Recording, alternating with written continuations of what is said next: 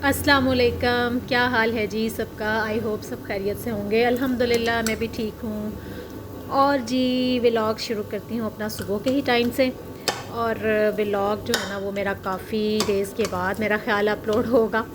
तो बस घर में मसरूफ़ियत माशाल्लाह से इतनी ज़्यादा होती है, बच्चों के साथ घर के काम, कुछ दिन छोटे हैं और बस टाइम का पता नहीं चलता। और बस कुछ ये है कि मतलब अब ज़्यादा वीडियो बनाने का ना टाइम नहीं मिलता।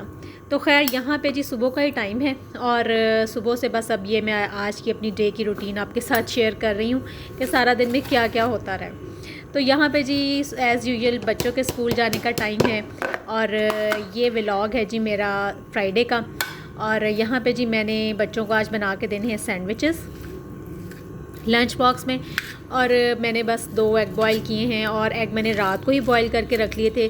और इसके बाद जी फिर मैं किचन में आ गई और किचन में आके मैंने जल्दी से एग जो थे वो मैश किए और प्याज टमाटर थोड़ा सा काटा, इसमें थोड़ा सा बटर ऐड किया, थोड़ी सी मेयोनीज़ ऐड की, नमक और काली मिर्च ऐड की। तो ये मैंने सैंडविचेस का मिक्सचर जो है ना वो रेडी कर लिया। ये देखें, बहुत इजी, बड़ी जल्दी से बन जाने वाले सैंडविचेस होते हैं ये और बच्चे शौक़ से खा भी लेते हैं। और अंडा इसमें बच्चे खा लेते हैं, बटर इसमें चला जाता है। तो यहाँ पे जी बस ज़्यादातर मैं जो होता है ना सुबह के टाइम कुछ नहीं समझ आ रहा होता तो जल्दी से ये वाले सैंडविचेस बना देती हूँ। तो ज़्यादातर मेरी अच्छा, कोशिश ये होती है कि बच्चे आप ना घर ऐसा का करो, बना हुआ लंच ही लेके जल्दी जाएँ, से जो भी नाश्ता लेके कर जाएँ लो। घर की चीज़ मैं ज़्यादातर इन्हें देती हूँ। फ्रोज़न आइटम्स भी मैं बहुत कम देती हूँ, बहुत रेयर ही होता है। तो बस इस तरह से जी ब्रेड के ऊपर ये वाला मिक्सचर स्प्रेड करके उसके ऊपर भी थोड़ा सा मैंने बटर लगाया ब्रेड के ऊपर। और ये देखें सैंडविच जो है ना वो रेडी हो गया है। तो बच्चे स्कूल भी ले जाते हैं और सुबह को जब नाश्ता अगर बच्चों ने करना हो ना तो फिर एक एक सैंडविच घर भी खा लेते हैं। तो बस ये इस तरह से जो होता है ना वो बड़ा सहूलत, बड़ी ईजी काम हो जाता है। बजाय इसके कि आप बच्चों को कुछ अलग से ब्रेकफास्ट बना के दें तो बच्चे सैंडविच भी खा लेते हैं। ये वाले मेरे तो बच्चे खा लेते हैं।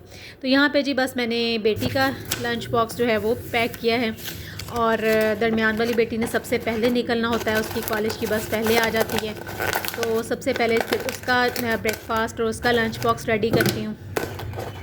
फिर जैसे जैसे बच्चों की सबकी टाइमिंग्स होती हैं, बाकी तीनों बच्चे इकट्ठे जाते हैं और उनका जो रिक्शा है वो बाद में आता है और उनका टाइम थोड़ा डिफरेंट है।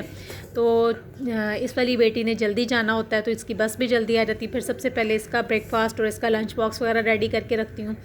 और यहाँ पे जी ये देखें लंच बॉक्स रेडी हो गया है, पानी की बोतल भी मैंने फिल करके रख दी है। और पानी बच्चों को ना ज़रूर देना चाहिए, पानी बच्चे घर से ज़रूर लेके जाएँ, चाहे सर्दी है या चाहे गर्मी, कोई भी मौसम हो पानी बच्चों को ज़रूर दें। कम से कम बच्चे अगर कुछ नहीं भी खाएंगे ना तो पानी ज़रूर पिएंगे। और पानी से भी जब आप हाइड्रेटेड रहते हैं ना तो इससे भी बच्चों के एनर्जी लेवल जो होता है ना बच्चों का ठीक रहता है, मेंटेन रहता है। तो बस यहाँ पे मैंने बेटी को सी ऑफ किया और यहाँ पे ये मैं देख रही थी छोटे दोनों बच्चों ने रात की चीज़ें जो है ना साइकिल गाड़ियाँ सब वहीं छोड़े होते हैं। और बस इसके बाद जी यहाँ पे बस जैसे जैसे सब उठ रहे थे और वैसे वैसे तैयारियाँ हो रही थी। यहाँ पे मैंने अपने हस्बैंड का लंच बॉक्स जो है वो रेडी किया उनको जी। बस मैंने दिया है एग दिया है, बॉयल्ड एग, और साथ में एप्पल और साथ में थोड़े से चने। तो ये जी है उनका परहेज़ी लंच बॉक्स। और ये सलार का है। सलार को जी गुआवा बहुत पसंद है, फ्रूट्स में से गुआवा उसको इतना पसंद है ना। तो रात को इसने मुझे बता दिया था कि मामा मैंने ना सुबह गुआवा लेके जाना है स्कूल ना। मैंने कहा चलें ठीक है।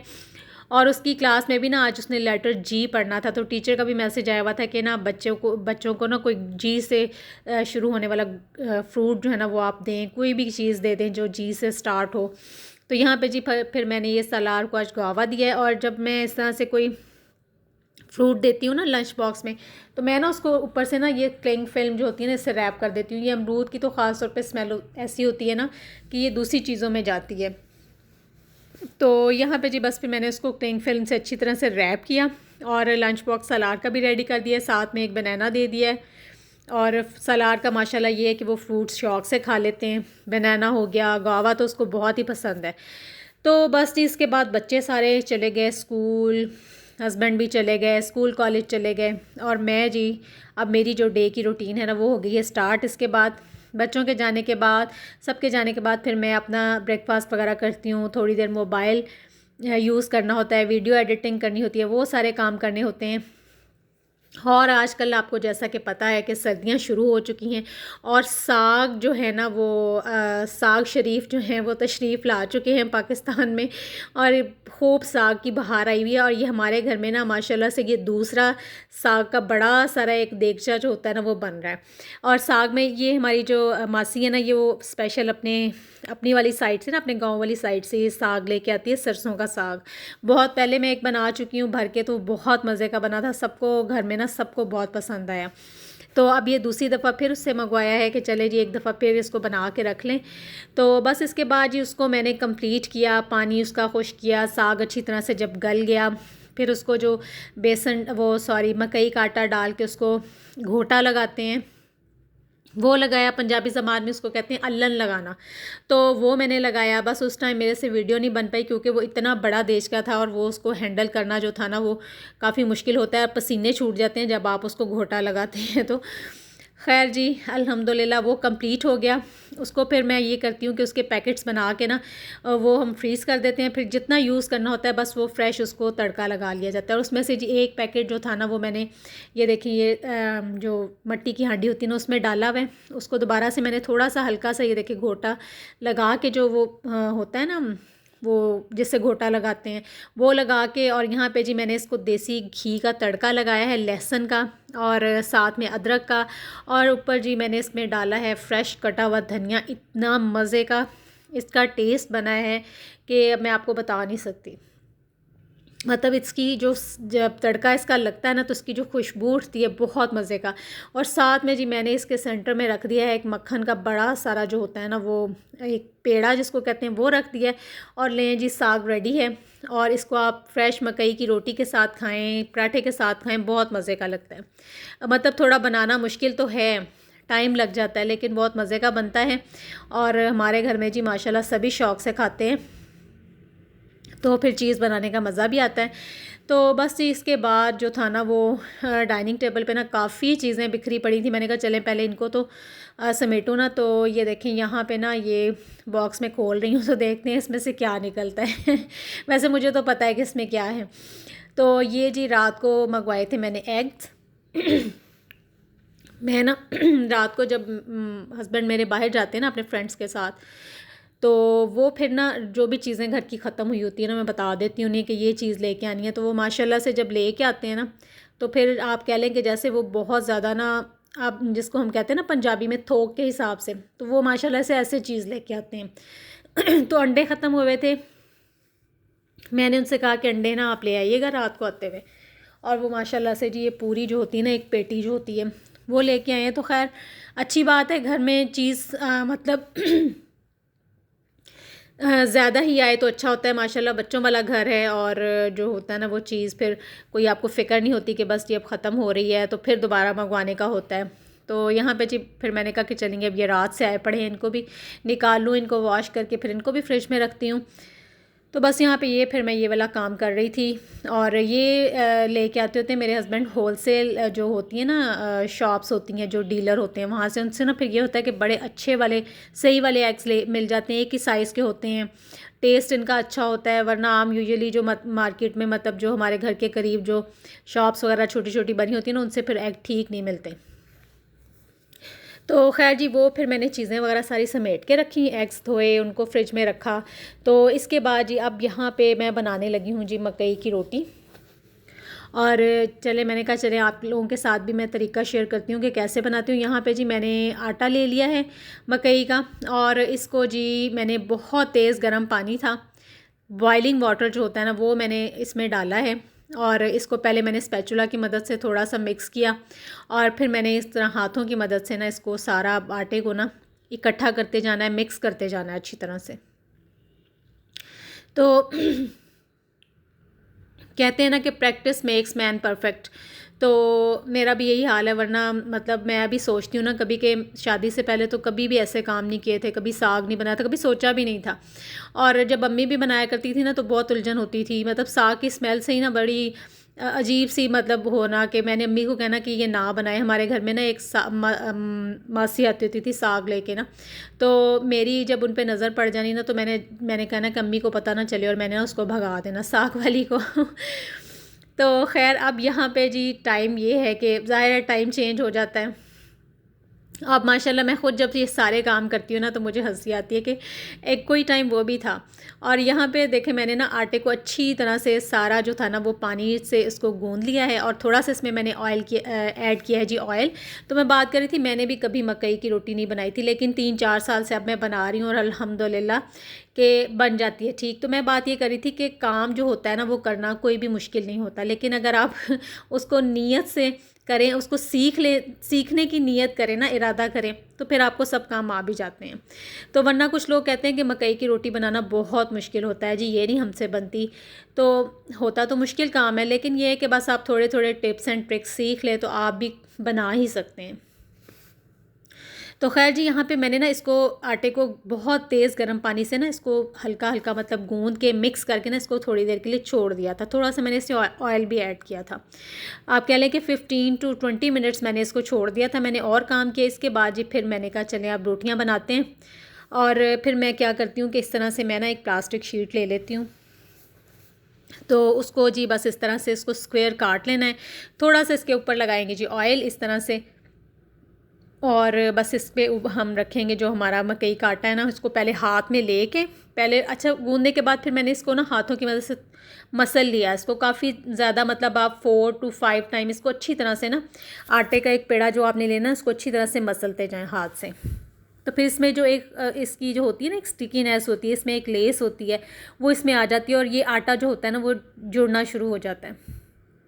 तो खैर यहाँ पे ना ये देखें मैंने इस तरह से हाथ में लिया है पेड़ा और इस तरह से मैंने इसको अब डाल रही हूँ जी इसके ऊपर शीट के ऊपर। और यहाँ पे फिर मैंने फ़ील किया कि अभी भी ना इसको और ज़्यादा जो होती है ना वो मसलने की ज़रूरत है, क्योंकि अभी भी ये टूट रहा था, इसमें क्रैक्स पड़ रहे थे।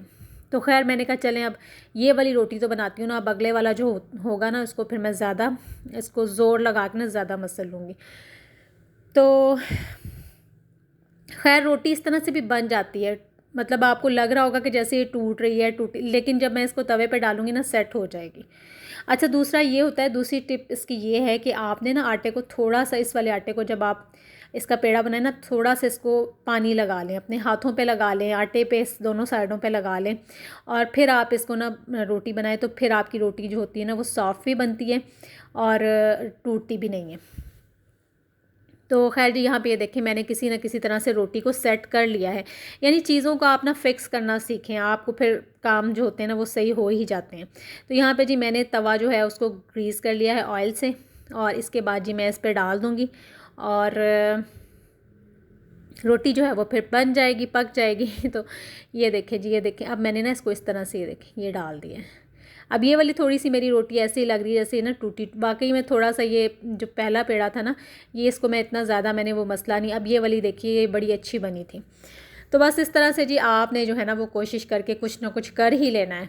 कर लेंगे तो मतलब आप जब अपना खुद आप काम करते हैं ना, आप कुछ ना कुछ नया सीखते हैं तो बहुत अच्छा लगता है। मुझे तो बहुत अच्छा लगता है, मुझे मज़ा भी बड़ा आता है नए नए काम ट्राई करने में। तो इसलिए जो है ना वो सीखते रहना चाहिए। और वैसे हम कहते हैं ना कि ये बात तो वो मतलब एक कहावत भी है कि सीखने का जो अमल है ना वो सारी ज़िंदगी ही जारी रहता है। सीखने में सिर्फ ये नहीं होता कि आपने पढ़ाई करनी है या आपने कोई स्किल सीखना है। मैं कहती हूँ खाना पकाना जो है ना वो भी एक स्किल ही है। अगर आपको मतलब खाना अच्छा बना लेते हैं, घरदारी ओवरऑल जो घरदारी करना होता है ना वो भी एक स्किल ही होता है। तो उसको हम जितना अच्छी तरीके से उसमें जितनी इम्प्रूवमेंट लाने की कोशिश करेंगे ना वो उतना ही ज़्यादा आप ख़ुद भी बहुत अच्छा फ़ील करते हैं। तो चलें जी, ये तो मैंने खैर अपनी ऑब्ज़र्वेशंस हैं ना वो आप लोगों के साथ शेयर की हैं। तो खैर यहाँ पे ना मैंने ये देखें दूसरी वाली रोटी जो है वो बना ली है। तो इसको जी अब हम डालेंगे दोबारा से तवे पे। अच्छा इस रोटी को आपने बहुत ज़्यादा तेज़ फ्लेम पे नहीं बनाना होता है, आपने इसको लो टू मीडियम फ्लेम पे बनाना होता है। और मैंने यहाँ पे जी रख लिए हैं 2 तवे, क्योंकि इस तरह से फिर ये काम जो होता है ना वो ज़रा जल्दी हो जाता है, क्योंकि इस रोटी को पकने में थोड़ा टाइम लगता है, इसको आपने स्लो फ्लेम पे बनाना होता है। तो इसलिए फिर ये होता है कि चलें आप 2 तवे रख लें ना तो आपका काम जल्दी हो जाता है।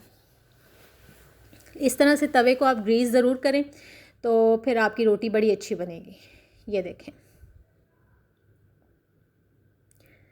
तो लें जी यहाँ पे ये मैंने दूसरी वाली भी डाल दी है। बस हाथों की मदद से इसको सेट कर दें तो बस ये बन जाएगी, ठीक बन जाएगी। इसके बाद जी जब रोटियां बन जाए ना, आप इनके ऊपर गरम गरम रोटी के ऊपर लगाएं जी मक्खन, देसी घी लगाएं और इसको गरम गरम साग के साथ एंजॉय करें। यकीन करें आपको बहुत मज़ा आएगा। और जी ये देखें रोटियां जो है ना वो बन रही हैं। अच्छा, इसके बाद ना हमारे घर में माशाल्लाह से इस मकई की रोटी की चूरी भी बनती है, तो वो भी मैं आप लोगों के साथ शेयर करूंगी किसी दिन। वैसे मेरा ख्याल है कि मैं पुराने व्लॉग्स में शेयर कर चुकी हूँ उसका तरीका भी। और यहाँ पे ये देखें मैं लगा रही हूँ जी मक्खन। तो माशाल्लाह से खाने में भी होता है, मतलब रोटियां बनानी होती हैं साग के साथ, और इसके बाद जी चूरी के लिए भी बनती हैं। तो चूरी भी जो होती है ना वो कम से कम 5 या 6 रोटियों की तो ज़रूर बनती है, क्योंकि सबको बहुत पसंद है घर में, स्पेशली बच्चों के बाबा, फिर बच्चे, फिर दादी जान, सबको जो है ना वो चूरी भी बहुत पसंद है, फिर वो भी बनानी होती है। तो इस तरह से रोटियाँ बनाने में ना काफ़ी ज़्यादा टाइम लग जाता है। तो यहाँ पे जी ये देखें शाम का टाइम है और यहाँ पे सलार ने ना एक स्कूटी का जो था ना वो पेज कहीं गुम कर लिया था, और ख़ैर अब तो वो मिल गया और उसको फ़िक्स कर दिया है। और यहाँ पे मैं देख रही थी कि ना माशाल्लाह ये जो है ना वो अच्छी, इसकी क्वालिटी काफ़ी अच्छी है स्कूटी की। बस ये जो नीचे वाला एक पेज था ना, उसने शॉपकीपर ने कहा था कि ये आपने ना इसका ख्याल रखना है कि ये ना निकले, तो फिर ये आपकी जो है ना वो काफ़ी टाइम जो है वो चल जाएगी आराम से। तो बस जिस दिन ये आई थी ना, जिस दिन सलार को हमने गिफ्ट की थी, उस दिन दोनों माशाल्लाह भाइयों की ना इस पे हो रही थी लड़ाई। दोनों एक दूसरे के साथ शेयर करने के लिए तैयार नहीं थे। तो आहिस्ता आहिस्ता बच्चों का जो क्रेज़ होता है ना वो ख़त्म होता जाता है चीज़ों का ना। तो अब ये काफ़ी 2-3 दिन से ऐसे ही पड़ी हुई है, इसको कोई ख़ास लिफ्ट जो है ना वो नहीं करवाई जा रही। तो खैर जी यहाँ पे फ्रूट आया हुआ था, एप्पल, वो मैंने कहा चलें इनको भी निकाल के रखूँ।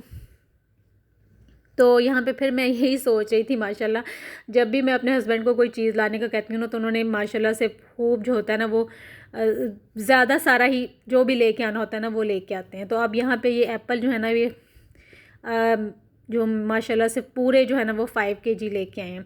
तो फिर मैंने कहा कि चलें इनको देखती हूँ सारे निकाल के, और इनको फिर वॉश करके फ्रिज में रख लूँगी। और आजकल एप्पल ना आए भी बहुत मज़े के हैं, बड़े जूसी से, बड़े अच्छे से जो है ना वो एप्पल आए हुए हैं। और मज़े की बात यह है कि इनकी ना प्राइस भी कम है। तो हाँ, अच्छा जी ये मेरा है जी सैटरडे का क्लिप है। ये मैंने बस सैटरडे वाले दिन जो है ना, काम तो उस दिन भी बहुत ज़्यादा थे, लेकिन जो मेन टास्क था ना वो था कंबल वॉश करने का। और कंबल जो वॉश किया है मैंने और मासी ने मिलके हमने किया था। तो एक रात पहले जो था ना वो कंबल को एक बड़े सारे टब में ना इसको डिप करके रख दिया था सर्फ के साथ। टब में पानी भर के उसमें कंबल को डाला, और साथ में जी एक जो होता है ना ½ kg वाला सर्फ का पैकेट, वो इसमें डाल दिया था। और बस इसको फिर हमने ओवरनाइट छोड़ दिया। अगले दिन फिर हमने जी अब इसको निकाला है। यहाँ पे इसको हमने फ्लोर पे डाल दिया। फ्लोर को अच्छी तरह से पहले ना वॉश किया अच्छी तरह से, फिर इसके ऊपर हमने यहाँ पे इसको फैला लिया। मोटर के पास ही जहाँ साथ ही पानी है ना, ये देखें इस वाले टब में भिगो के रखा हुआ था। अब इसको हमने साथ साथ जो है ना वो पानी भरना इसमें शुरू किया हुआ है। और बस मासी कर रही है जी ब्रश से इसकी रगड़ाई, और मैंने हाथों से की थी इसकी सारा ये जो होता है ना साइड वाला जो बॉर्डर होता है, ये जो इसको सारा ब्रश से रगड़ा, फिर दरमियान से भी रगड़ा, अच्छी तरह से इसकी रगड़ाई की। और माशाल्लाह से इतना अच्छा कंबल साफ़ हो गया है ना। तो खैर यहाँ पे ना मैं आपको एक बात बताती हूँ। कुछ दिन पहले ना ऐसे ही मेरी ना नज़रों से एक वीडियो गुजरी, तो वो ख़ातून जो थी ना वो कह रही थी कि 15 मिनट में आप जो है ना वो अपने कंबल को साफ़ करें, ड्राई वॉश करें, और आपका कंबल ऊपर लेने के काबिल हो जाएगा। मैंने कहा अच्छा चलें ठीक है, मैं भी देखती हूँ। तो मैं यकीन करें कि जब मैंने वो तरीका देखा तो मैं मतलब बस जैसे बंदे का कहते हैं ना कि बस बंदा आप क्या कहे इसको देख के आपके बस अल्फाज ख़त्म हो जाते हैं, वो हाल हुआ मेरा। उसने क्या किया कि सारा कंबल जो था ना वो बेड पे फैला के उसके ऊपर सोडा डाला, उसके ऊपर नमक डाल के फेंक के, और उसके ऊपर साथ ही सर्फ डाल के फेंक के उसको एक दफ़ा गीले कपड़े से उसकी रगड़ाई की, फिर जो उसके बाद एक दफ़ा सूखे कपड़े से रगड़ाई की, फिर एक दफ़ा गीले कपड़े से रगड़ाई की। तो लें जी आपका कंबल जो है ना वो ड्राई वॉश हो गया। इसको आप धूप में डालें, 2 घंटे धूप लगवाएं, इसके बाद आप इसको ऊपर ले लें। तो बस जी मैंने कहा जी हमारी तो इन कामों से तसल्ली हो नहीं सकती। कंबल को जब तक आप किसी भी चीज़ को, बिस्तर वगैरह जो भी होते हैं, उसको आप अच्छी तरह से नहीं धोएंगे, वॉश नहीं करेंगे पानी से सही तरह से, तो आप कैसे उसका जो है ना वो उसको कैसे आप साफ़ कह सकते हैं। तो खैर जी यहाँ पे फिर ये देखें कंबल सारा जो है ना वो धुल गया। इस तरह से इसको चेयर्स के ऊपर फिर हमने बाद में फैलाया, तीन दफ़ा इसको टब में डाल के इसका पानी बार बार चेंज किया। फिर इसके बाद जी इस तरह से चेयर्स पे फैला के इसके ऊपर दोबारा पाइप की मदद से पानी डाला। अब ये देखें इसका पानी कितना साफ़ निकल रहा है। तो कम से कम इस काम को हमें करने में ना पूरा 1 घंटा लग गया था। और इसको ओवरनाइट हमने डिप करके रखा था, तो इतना अच्छा इसमें से अब खुशबू आ रही थी। सर्फ बहुत अच्छा डाला था, पानी बहुत खुला यूज़ किया, तो अब ये बिल्कुल साफ़ हो गया। तो ख़ुद आपकी तसल्ली हो जाती है। 2 दिन इसको खूब धूप लगवाएंगे, सुखाएंगे, तो ये बिल्कुल डिसइंफेक्ट हो जाएगा, साफ़ हो जाएगा, स्मेल ख़त्म हो जाएगी। ये देखें इसके जो बुर है ना कैसे अकेले अकेले हो गए, बिल्कुल साफ़ हो गए। तो प्लीज़ मैं ऐसे लोगों से रिक्वेस्ट करती हूँ कि आप ना लोगों को गलत गाइड ना किया करें। तो जो काम का प्रॉपर तरीका है ना वही सही तरह से बताएं। तो खैर जी यहाँ पे देखें सारा जो कंबल है ना वो देखें साफ़ हो गया है। और इसको कुछ देर फिर इस तरह से चेयर्स पे छोड़ा। फिर इसके बाद जी जब इसका पानी थोड़ा कम हो गया ना, तो फिर मैंने और मासी ने उठा के इसको तार पे डाला। और फिर जो बाकी का मज़ीद का पानी है ना वो इस तरह से इसका जो था ना वो नुचड़ गया। और 1 दिन के बाद 1 दिन और धूप लगवाई, तो ये बिल्कुल हमारा कंबल जो था ना वो ऊपर लेने के काबिल हो गया, साफ़ हो गया बिल्कुल। ये देखें आपको देखने से ही लग रहा होगा कि कितना साफ़ है ये।